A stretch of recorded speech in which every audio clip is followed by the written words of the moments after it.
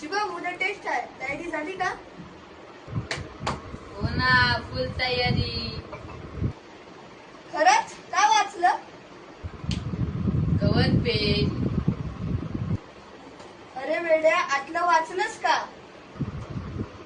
नाही, सस्पेन्स ठेवलाय. सर प्रश्न विचारतील.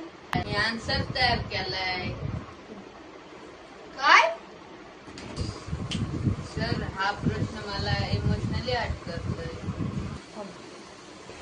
अरे अभ्यास कर. मी काल बुक उघडली होती. मग झोप इतकी हवी आली की बुक पण बंद झाली. किती मार्क येणार? मी पॉझिटिव्ह विचार करतो. म्हणजे?